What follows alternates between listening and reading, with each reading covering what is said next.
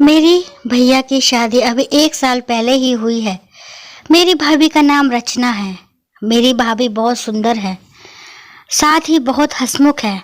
हंसना और बातें करना उन्हें पसंद है। जब से भाभी ये घर आई है, घर में एक अलग ही माहौल रहता है। मेरी भाभी से मेरी अच्छी बनती है, लेकिन एक बात की वजह से मुझे नहीं पता था कि मेरी सोच इतना बदल जाएगी। एक दिन रवि जब घर आया था, तब मैं भाभी और रवि साथ में एक कमरे में थे। हम लोग बैठे ऐसी ही बातें कर रहे थे, जैसे कि मैंने पहले ही बताया कि मेरी भाभी बहुत बातें और मजाक करती हैं। ऐसे ही बातों बातों में उन्होंने रवि से कह दिया कि आपने भी क्या देखकर इसे पसंद कर लिया। आपका दिमाग तो सही है, अभी भी मौका है, आप बच सकते हो। शादी अभी हुई नहीं है। इतना भी होता तो शायद मैं बर्दाश्त कर लेती, लेकिन उसके बाद जो रवि ने कहा उससे मुझे ज़्यादा बुरा लगा। रवि ने कहा कि क्या करूं भाभी, आपकी जैसी सुंदर तो मुझे शायद मिलेगी नहीं, तो अब जो मिली है उसी से कर लेता हूं। बात मजाक में ही हो रही थी, लेकिन मुझे तो बात दिल पर लग गई। उस समय मैंने भी बात हंसी में टाल दी, लेकिन मुझे अब वो बात सोने नहीं दे रही थी। मैं पता नहीं क्या क्या सोचने लगी थी। मैं अपने आप को भाभी के साथ कंपेयर करने लगी थी। मुझे उनसे और उनकी सुंदर होने से जलन होने लगी थी। एक छोटी सी बात मेरे अंदर ये बदलाव ला सकती है, मैंने सोचा नहीं था। मैं उस बात का जवाब देना चाहती थी। मैं कुछ भी सोचने लगी थी। मैं सोच रही थी कि कैसे उन्हें मैं भी रुलाऊं। शादी की तैयारियां के साथ मेरा दिमाग भी कहीं और ही चलने लगा। एक दिन भाभी शॉपिंग करने मम्मी के साथ बाहर गई थी। घर में भैया थे।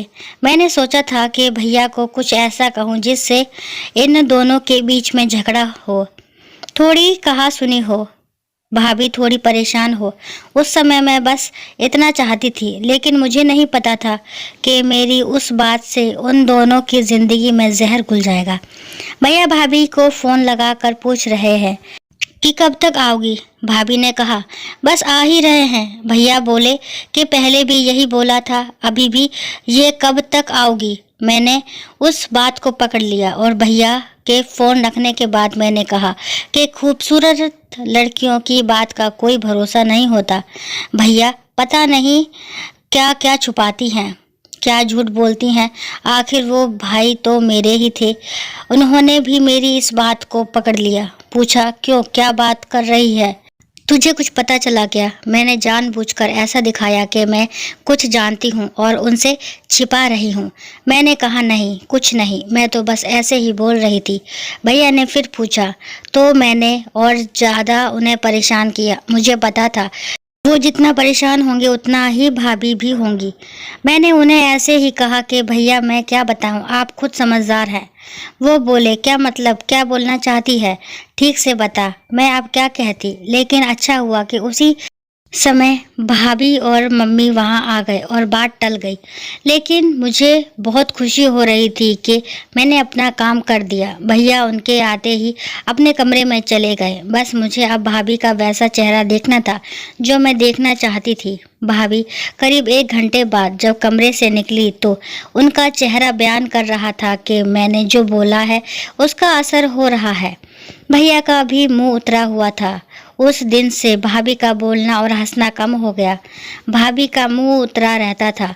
मैं पता नहीं कैसे इतनी कठोर हो गई थी कि उनके आंसू से मुझे खुशी मिल रही थी। भैया और भाभी में सब कुछ ठीक नहीं है, इस बात का पता अब हमारे घर में सबको चल गया था। भाभी अब मुझसे भी बात नहीं कर रही थी, लेकिन मुझे बुरा नहीं लग रहा था। एक दिन भैया भाभी से किसी बात पर बिगड़ गए और सबके सामने उन्हें घर से जाने को कहने लगे।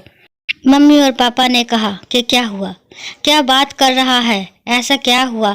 लेकिन वो बोले कुछ नहीं। भाभी को वो बात बहुत बुरी लगी और वो घर से जाने लगी। मम्मी ने कहा कि शादी सर पर है, ऐसे कहाँ जा रही हो। भैया बोले उसे जाना है तो जाने दो। भाभी मेरी तरफ देख रही थी, लेकिन मुझे ना बुरा लग रहा था, ना मैंने उन्हें रोका। भाभी अपने घर चली गई। शादी में सिर्फ 10 दिन बाकी थे और भाभी घर से चली गई। घर में मम्मी भैया और पापा को देखकर अब मुझे थोड़ा बुरा लगने लगा, पर मैं अब कुछ नहीं कर सकती थी क्योंकि बात बहुत आगे निकल गई थी। सच बताऊं तो बात इस हद तक चली जाएगी इसका मुझे भी अंदाज़ा नहीं था। शादी के समय सभी के मुंह उतरे हुए थे और इसका कारण मैं थी, लेकिन ये बात मैं कैसे बता सकती थी। भाभी को मम्मी ने फ़ोन किए लेकिन वो नहीं आई। घर का माहौल ही बदल गया। भैया से सभी पूछ रहे थे कि ऐसा क्या हुआ, लेकिन वो भी कुछ बता नहीं रहे थे। घर की रौनक ही चली गई थी। शादी को एक दिन बचा था और भाभी अचानक ही वापस आ गई। भाभी को देखकर मम्मी खुश थी। मैं अभी भी भाभी से बात नहीं कर रही थी। सोच रही थी कि किस मुंह से बात करूं। मेरी वजह से भाभी इतना परेशान जो हुई। भाभी खुद ही मेरे पास आई। मैंने बोला, आप आ गई? वो बोली, हाँ। मैंने सोचा कि अगर मैं नहीं आती तो तुम्हें तैयार कौन करता। भाभी ने ऐसा कहा तो मैं रोने लगी। भाभी ने कहा कि मुझे तुम्हारे भैया की बातों का इतना बुरा नहीं लगा। ठेस तो मुझे तुमने पहुंचाई। मैं घर से भी तुम्हारी वजह से गई थी। मैंने सोचा था कि तुम मुझे फ़ोन करके बुलाओगी, लेकिन तुमने ऐसा नहीं किया। मुझे नहीं पता तुमने ऐसा क्यों किया, लेकिन मैं तुम्हें एक बात समझाना चाहती हूँ। अब तुम्हारी शादी होने वाली है। तुम दूसरे घर जाओगी। ऐसा कुछ मत करना जिससे बाद में तुम्हें पछतावा हो। मैंने भाभी को कहा कि मैं भैया को बता देती हूँ कि वो मजाक था। भाभी बोली, तुम उसकी चिंता मत करो। उन्हें अगर अपनी पत्नी पर विश्वास नहीं तो ये उनकी गलती है, तुम्हारी नहीं। मैं उनसे निपट लूँगी। शादी का समय है, तुम खुश रहो। भाभी के आते ही घर में रौनक आ गई। इस गलती ने मुझे बहुत कुछ सिखाया। मेरे अंदर की जलन और ईर्ष्या को ख़त्म कर दिया। मेरे अंदर एक डर पैदा कर दिया कि मैं कहीं गलती से भी किसी के साथ कुछ गलत ना कर दूं। भाभी मेरी जैसी नहीं है, मुझे पता है। वो भैया को भी संभाल लेगी। मैंने भाभी के साथ इतना कुछ किया, लेकिन उन्होंने अपना फ़र्ज नहीं भूला, ना ही ये बताया कि ये सब मेरी गलती है। ऐसी भाभी सभी को मिले। दोस्तों, आशा करती हूँ ये कहानी आपको पसंद आई होगी। कहानी पसंद आती है तो कमेंट बॉक्स में ज़रूर बताएं कि कहानी आपको कैसी लगी, और मेरे चैनल को लाइक, शेयर, सब्सक्राइब करना ना भूलें। और कहानी को लास्ट तक सुनने के लिए थैंक यू।